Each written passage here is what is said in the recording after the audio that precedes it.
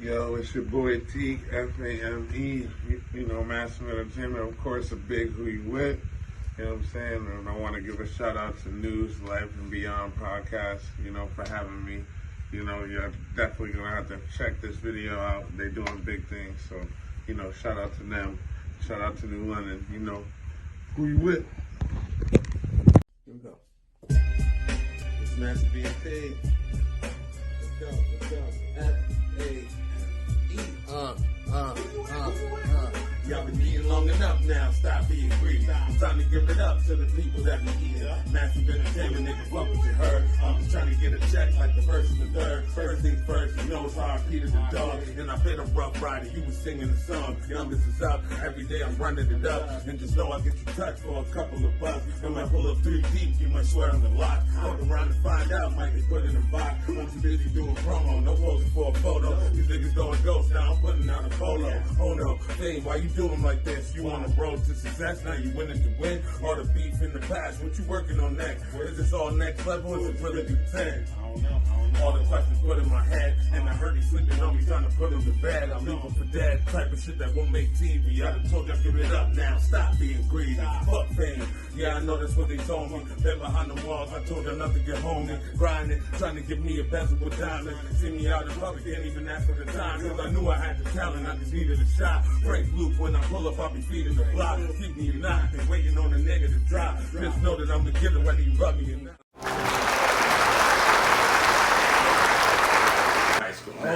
Okay. That's dope that he took the time out to do Right, that. yeah. I mean, like, back then, I really didn't think, like, teachers were really for you. I was really against authority. But thinking back now, I was like, yo, if I would have took some of that, just a little bit of that information and used it more now, so I would be well off. You know what I mean? But Yeah, we had a good teacher like that, Mr. Bullock. yeah. Reggie Bullock. Yeah. I don't know if you ever heard of him, but he did that with a lot of students. He taught Black history. Yeah. And he used to bring me to like Eastern and shit and show me college and this and that and the college life and the different ways and shit. Hell yeah. Hell of a teacher, yo. I'm telling you, to have one teacher that stick by you, it Yeah. really means something because they don't have to do that. They taking their time out to do that. They're not paid to do that. You know what I mean? So you can tell it was out the kind. Like I still talk. Me and Mr. Murray, we still talk to this day. Like I was just texting him the other day. Like we text as if like you know me and you. Yeah, you know what I'm saying? yeah. Like, seriously. That's how I'm with Mr. Bullock. Mr. Bullock does some, he wrote a couple books and he does some other shit. Yeah. But he's a teacher that really takes his time and, you know, worries about students. Mm-hmm. You can't find that now. Nah. Nope. Teachers don't give a fuck. They just want want to their go to money, school. and they want their money and their pension. Yeah. That's it. Now, it's not that it's a lot of money because they don't get paid shit. They're giving up. I'm telling you, this generation is making, like, I don't blame them in the same sense, but I don't want them to give up, you know? Yeah. Because if they do give up, we got nothing left. Yeah. If these kids literally forget about school, what else do we have for them? Yeah, nothing.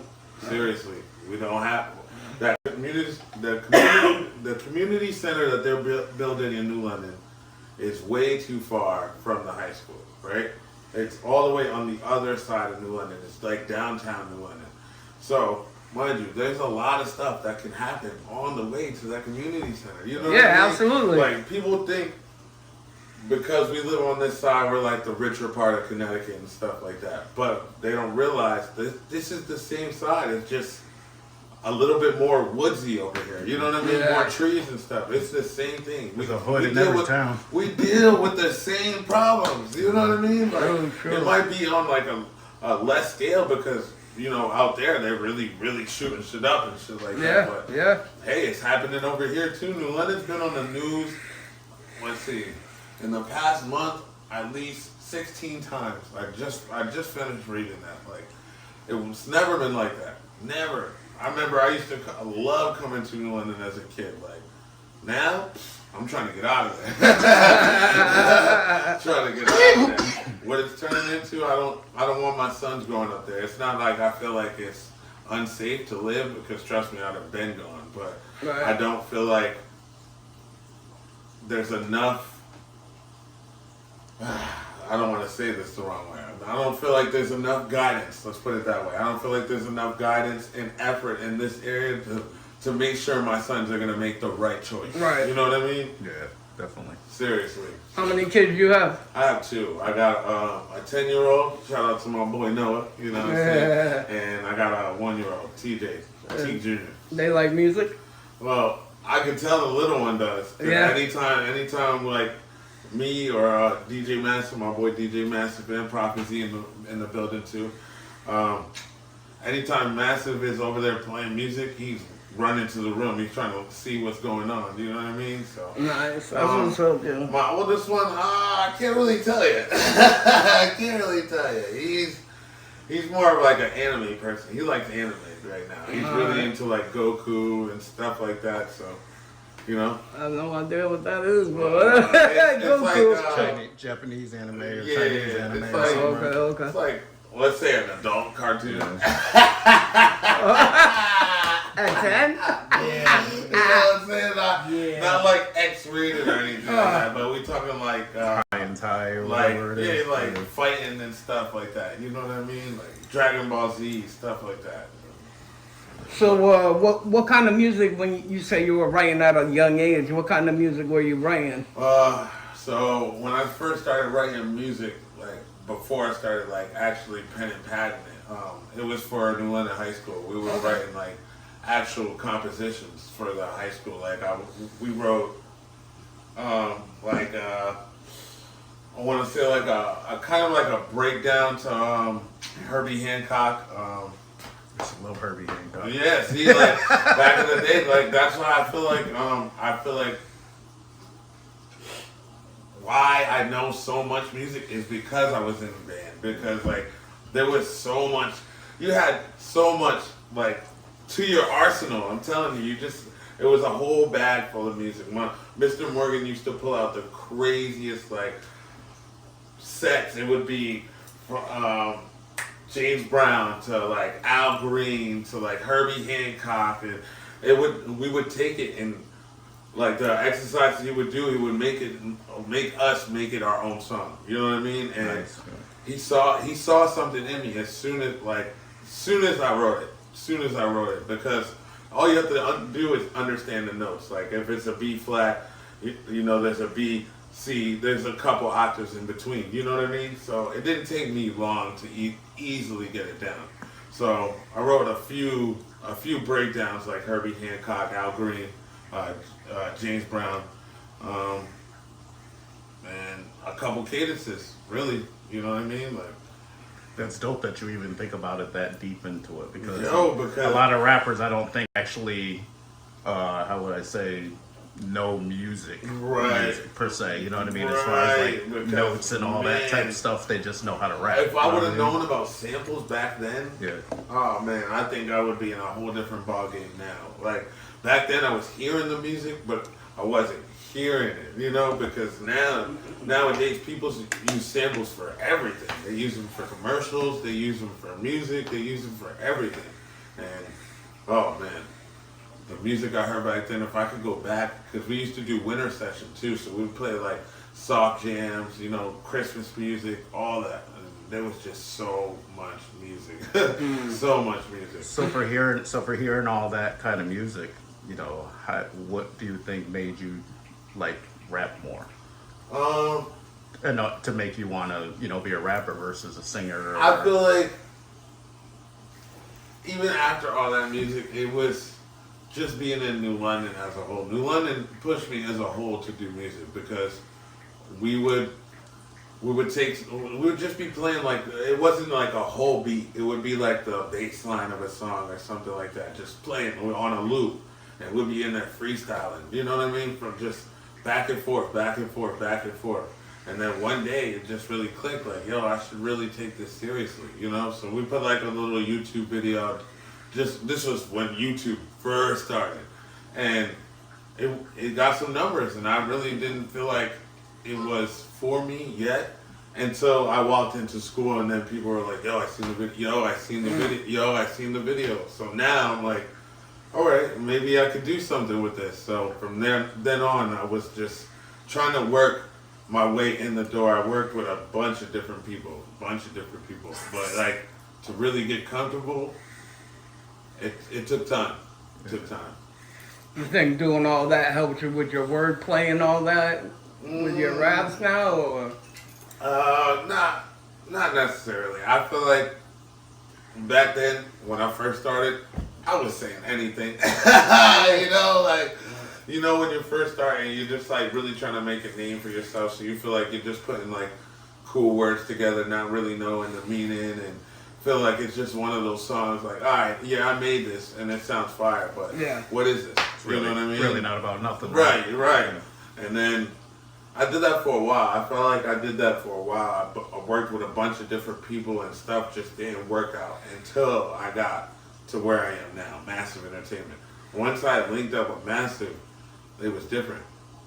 I finally had a voice. I finally felt like I can listen to my music and actually know what the fuck I'm saying. You know what I mean? Like before Massive, it was just wild, a bunch of mess. Like I felt like it was just slop I was making. You know what I mean? Like not to me, because to other people it would be oh, it's fire, but it wasn't something I was like, this is the one right now. Nah.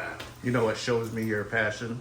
When I listen to your rap, I can tell that you try to make sure that everything is clear for people to understand. Very articulate. Versus somebody that just mumbles and just, Very articulate. I can't take all the credit for that. I have to thank my team for that as well. Like they put you up on it?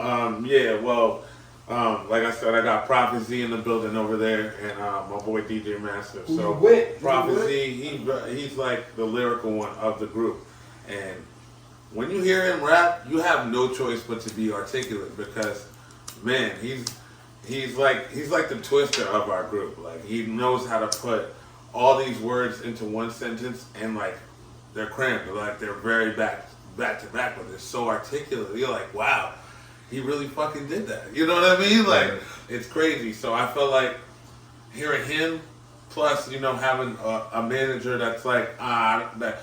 The take was good, but you could be cleaner. You know what I mean? It's that right there, pushing you to the next level is what you need in order to be articulate. You know what I mean? You need that support system, or you need somebody telling you, no, that's not it. That's why there's so many rappers that just, you hear them and you're like, it's kind of muddled, or dang, that bass is kind of high. It's because somebody's in there and they're just like, yeah, this is fire. They're just telling them yes. There's no man right now. There isn't. Yeah. And that's why there's so much trash out there right now. Yeah. Seriously. Thanks. For real. I get that shit. He tell me, yo, that fucking shit sucks, yo. Dude, yo, what are you doing? Man,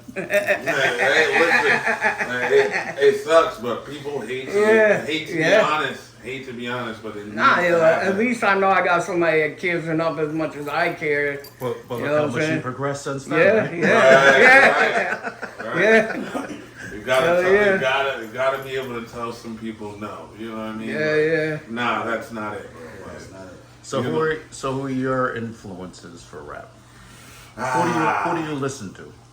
I mean, I don't discriminate. I can't say that I don't listen to the new generation because there are quite a few fire artists. But as far as my era, my favorite rapper actually is Fab, Fabolo. He's always the longevity he's had. He could come out with a song tomorrow and I'd still listen to it. You know what I mean? I can't think of any garbage that he has had. Him or Jada, and they're definitely in my top 5. Of my era. I feel like when people talk about favorites, they don't include eras because they're trying to compare somebody that's two different eras. If they grew up for instance, you can't compare Biggie and Jadakiss.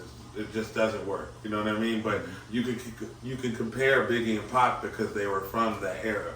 I can't really say that I have one specific rapper that I focus in on besides Fab because he's my favorite rapper, but Biggie, Pop, Big L, Big Pun, you know what I mean? Cannabis, you know what I mean? LL, Redman, Method Man, the whole Wu-Tang, Capadonna, you know what I mean?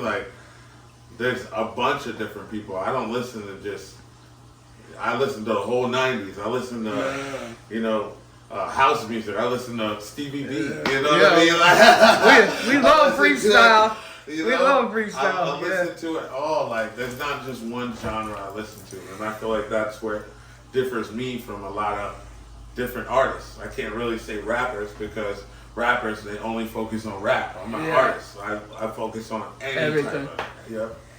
I like News, life, and beyond. News, life, and beyond. News, life, and beyond. News, life, and beyond. News, life, and beyond. News, life, and beyond. News, life, and beyond. News, life. So turn dials and hone on the show with the style. You can be our guest, we can check on your bio. News, life, and beyond podcast, putting you in dirt. Other shows gone fast. We rock from the winter all the way to June, and pick it back up on the clock till noon. Blessing your mind with the 45th rhyme that I wrote. Rap's got you in the chokehold. So don't be surprised if we get beyond gold with the freshness never gets old. We lock on the mics and discuss hot topics. Got you sweating like you're walking through the tropics. Rocking with the best duo, Adam A. And right next to him be the man Steve J. Touche if you're getting plays, cause I get a lot too. So let's represent the whole crew. New podcast, it's time to tap into it. Real life interviews, focus on your businesses. No propaganda or gimmicks, just two dawns. Steve J and Adam A. News, life, and beyond.